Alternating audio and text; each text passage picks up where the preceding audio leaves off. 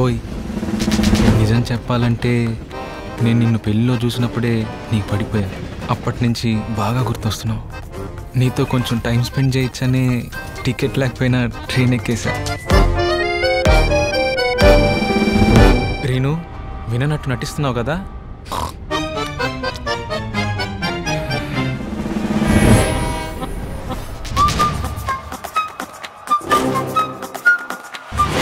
మీ తమ్ముడు కనిపిస్తాడు రా అందరికి.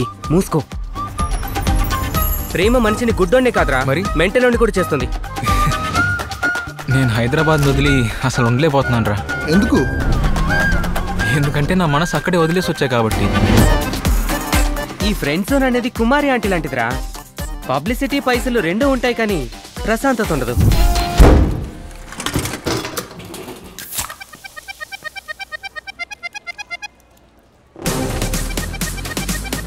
అరే అదొక పెద్ద ఐటమ్ రా. రే రే, నీ గర్ల్ ఫ్రెండ్ గురించి నేను తప్పుగా మాట్లాడితే నువ్వు ఊరుకుంటావా? గేట్ కోచింగ్ నీకు సెట్ అవుతురా, అది నీ మొహం చూస్తేనే అర్థమవుతుంది. అలా అయితే ఐల్ మ్యారీ ఆది. అయ్యో ఆది?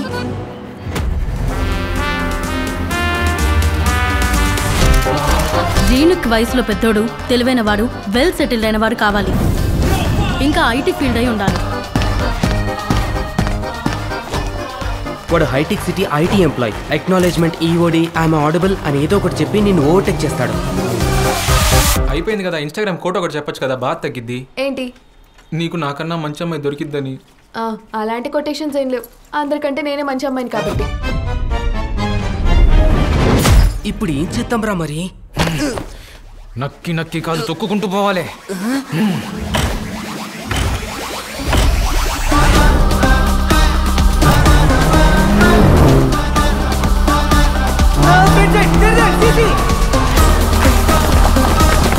ఇంకా చాలా అప్పు సచిన్.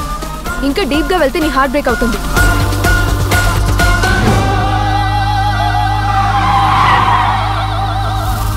అమీర్పేటలో అన్ని కోచింగ్స్ ఇస్తారుగా, అమ్మాయిలు ఎలా పడేలా కూడా నేర్పిస్తే బాగుండు.